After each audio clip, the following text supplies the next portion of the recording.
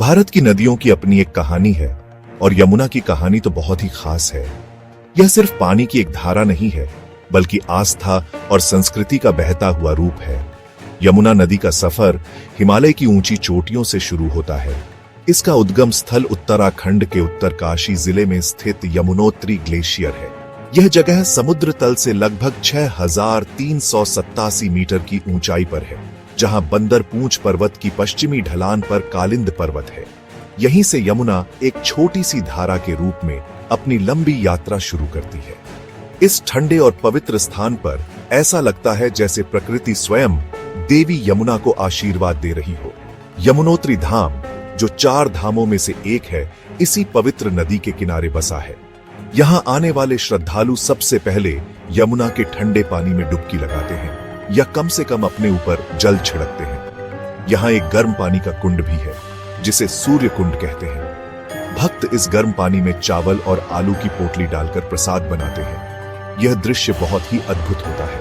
यह हमें सिखाता है कि प्रकृति हमें सब कुछ देती है, ठंडा जल भी और गर्म जल भी। जीवन में भी सुख और दुख दोनों साथ साथ चलते हैं। यमुना का यह शुरुआती रूप हमें सादगी और पवित्रता का पाठ पढ़ाता है। पहाड़ों से नीचे उतरते हुए यमुना का रूप धीरे धीरे बदलने लगता है। छोटी छोटी सहायक नदियां इसमें मिलती हैं और इसका आकार बड़ा होता जाता है।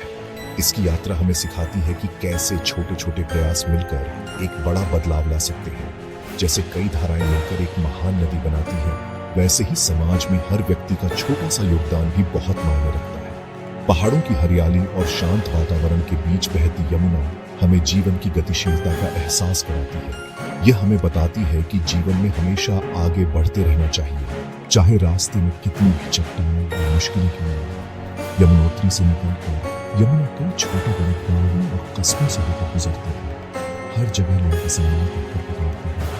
वे इसके जल का उपयोग पीने, सिंचाई और अपनी दूसरी जरूरतों के लिए करते हैं। ये नदी सिर्फ एक भौगोलिक धारा है, बल्कि लाखों लोगों का जीवन भरता है। इसका पानी खेतों को सींचता है, जिससे फसलें बड़ी होती हैं और लोगों की पेट भरती है। इस तरह यमुना अपने उद्गम से ही लोगों के जीवन में खुशहाली और समृद्धि लाने का काम शुरू कर देती है। यह अपनी निस्वार्थ सेवा का सबसे बड़ा उदाहरण देती है, जो बिना किसी भेदभाव के सबको अपना जल देती है। यमुना नदी का महत्व सिर्फ उसके जल तक सीमित नहीं है। इसकी जड़ें हमारी पौराणिक कथाओं में बहुत गहरी हैं। हिंदू धर्म ग्रंथों के अनुसार यमुना को सूर्य देव की पुत्री और मृत्यु के देवता यमराज की बहन माना जाता है। इसी वजह से उन्हें यमी भी कहा जाता है।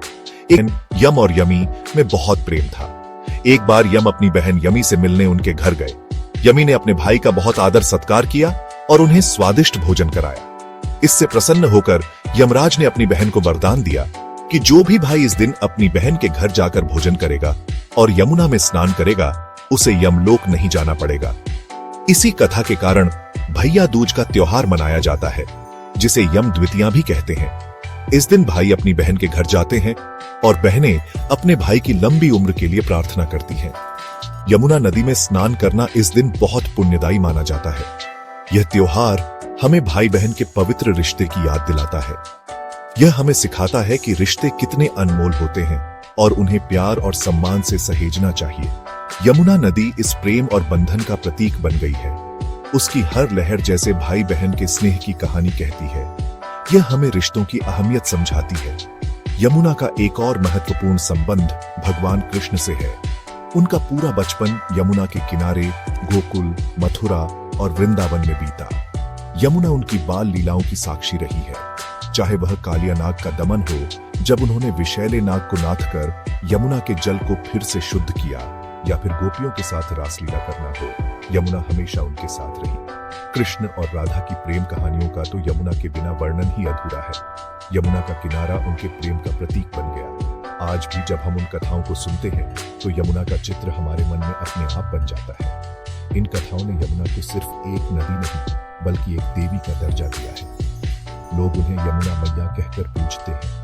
उनकी पूजा अर्चना की जाती है, आरती उतारी जाती है और उनसे आशीर्वाद मांगा जाता है। यह आस्था इतनी गहरी है कि लोग मानते हैं कि यमुना के जल में स्नान करने से सारे पाप धुल जाते हैं और व्यक्ति को मोक्ष की प्राप्ति होती है। यह विश्वास हमें सिखाता है कि प्रकृति में ईश्वर का वास है। जब हम एक नदी को मां का दर्जा देते हैं तो हम उसके प्रति अधिक सम्मान और जिम्मेदारी महसूस करते हैं। यह हमें पर्यावरण की रक्षा करने के लिए प्रेरित करता है। जैसे ही यमुना पहाड़ों से उतरकर मैदानी इलाकों में प्रवेश करती है, इसका धार्मिक और आध्यात्मिक महत्व और भी बढ़ जाता है। इसका सबसे प्रमुख पड़ाव ब्रजभूमि है, जिसमें मथुरा, वृंदावन और गोकुल जैसे पवित्र शहर बसे हुए हैं। मथुरा भगवान कृष्ण की जन्मभूमि है और यहां यमुना के किनारे बने घाटों का विशेष महत्व है। विश्राम घाट यहां का सबसे प्रसिद्ध घाट है। कहा जाता है कि भगवान कृष्ण ने अपने मामा कंस का वध करने के बाद इसी घाट पर विश्राम किया था। आज भी हजारों श्रद्धालु यहां आकर यमुना में डुबकी लगाते हैं और मानते हैं कि इससे उनकी सारी थकान और चिंताएं दूर हो जाती हैं। मथुरा से कुछ ही दूरी पर वृंदावन है, जो कृष्ण की रासलीलाओं का केंद्र रहा है। यहां यमुना के किनारे कई प्राचीन मंदिर और घाट हैं, जैसे केसी घाट। हर शाम यहां यमुना की आरती होती है, जिसका दृश्य बहुत ही मनमोहक होता है। दियों की रोशनी जब यमुना के जल पर पड़ती है तो ऐसा लगता है जैसे आसमान के सारे तारे नदी में उतर आए हों। यहां आकर मन को एक अजीब सी शांति मिलती है। लोग घंटों यमुना किनारे बैठकर भजन कीर्तन करते हैं और कृष्ण की भक्ति में डूब जाते हैं। यमुना यहां सिर्फ एक नदी नहीं, बल्कि भक्ति का बहता हुआ सागर बन जाती है। गोकुल वह स्थान है जहां कृष्ण का बचपन बीता। यहां यमुना ने उनके नटखट स्वरूप को देखा। उनकी माखन चोरी की कहानियां और गोपियों के साथ उनकी शरारतें, सब कुछ यमुना के किनारे ही हुआ। आज भी इन जगहों पर जाकर ऐसा महसूस होता है जैसे हम समय में पीछे चले गए हैं और कृष्ण की लीलाओं को अपनी आंखों से देख रहे हैं। यमुना का हर कण जैसे उन यादों को संजोए हुए है। यह हमें सिखाता है कि जीवन में सादगी और मासूमियत का कितना महत्व है। कृष्ण का बचपन हमें यही संदेश देता है कि खुश रहने के लिए बड़े बड़े महलों की नहीं, बल्कि प्रेम और अपनेपन की जरूरत होती है। इन सभी धार्मिक स्थलों के कारण यमुना नदी को मोक्षदायिनी भी कहा जाता है। लोगों का अटूट विश्वास है कि यमुना में स्नान करने से जन्म मरण के चक्र से मुक्ति मिलती है। यह सिर्फ एक अंधविश्वास नहीं है, बल्कि इसके पीछे एक गहरा आध्यात्मिक संदेश है। जब हम पवित्र नदी में स्नान करते हैं तो हम केवल अपने शरीर को ही नहीं, बल्कि अपने मन को भी शुद्ध करने का प्रयास करते हैं। हम अपने बुरे विचारों को त्याग कर एक अच्छा इंसान बनने का संकल्प लेते हैं। यही सच्ची मुक्ति है।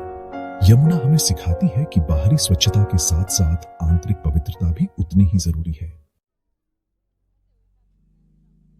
यमुना नदी का प्रभाव केवल धर्म और आध्यात्म तक ही सीमित नहीं है, बल्कि इसने भारतीय कला, साहित्य और संगीत को भी गहराई से प्रभावित किया है। सदियों से कवि, लेखक और कलाकार यमुना की सुंदरता से प्रेरणा लेते रहे हैं। भक्तिकाल के महान कवियों जैसे सूरदास, रसखान और मीराबाई ने अपनी रचनाओं में यमुना का बहुत ही सुंदर वर्णन किया है। सूरदास ने तो अपने पदों में कृष्ण की बाल लीलाओं का ऐसा सजीव चित्रण किया है कि यमुना का किनारा आंखों के सामने आ जाता है। उनकी कविताओं में यमुना सिर्फ एक नदी नहीं, बल्कि एक जीवित पात्र है, जो कृष्ण के हर सुख दुख की साथी है। साहित्य के अलावा यमुना ने भारतीय चित्रकला को भी प्रेरित किया है। मुगल और राजस्थानी चित्रकला शैलियों में यमुना के किनारे के दृश्यों को बहुत खूबसूरती से उकेरा गया है। इन चित्रों में अक्सर कृष्ण और राधा को यमुना किनारे विहार करते हुए या गोपियों के साथ रासलीला करते हुए दिखाया गया है। ये चित्र केवल कलाकृतियां नहीं है, बल्कि हमारी सांस्कृतिक विरासत का एक महत्वपूर्ण हिस्सा है। वे हमें उस समय के समाज और जीवन शैली की झलक देते हैं। यमुना का नीला पानी, हरे भरे किनारे और उस पर तैरती नावें, ये सब मिलकर एक ऐसा दृश्य बनाते हैं जो किसी भी कलाकार को अपनी ओर खींच सकता है। भारतीय शास्त्रीय संगीत में भी यमुना का विशेष स्थान है। कई राग और बंदिशें यमुना नदी को समर्पित हैं। राग यमन का नाम भी इसी नदी पर आधारित माना जाता है। संगीतकार और गायक अपनी प्रस्तुतियों के माध्यम से यमुना के शांत और भक्तिमय वातावरण को जीवंत कर देते हैं। जब कोई गायक यमुना पर आधारित कोई भजन या ठुमरी गाता है तो सुनने वाले भक्ति रस में डूब जाते हैं। यह दिखाता है कि यमुना हमारी संस्कृति में कितनी गहराई तक समाई हुई है। यह केवल आंखों से दिखने वाली नदी नहीं, बल्कि कानों से सुनी जाने वाली एक मधुर धुन भी है। अंत में हम कह सकते हैं कि यमुना नदी सिर्फ पानी का एक स्रोत नहीं है, बल्कि भारत की आत्मा का एक अभिन्न अंग है।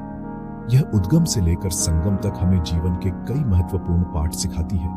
पवित्रता, प्रेम, सेवा, भक्ति और निरंतरता।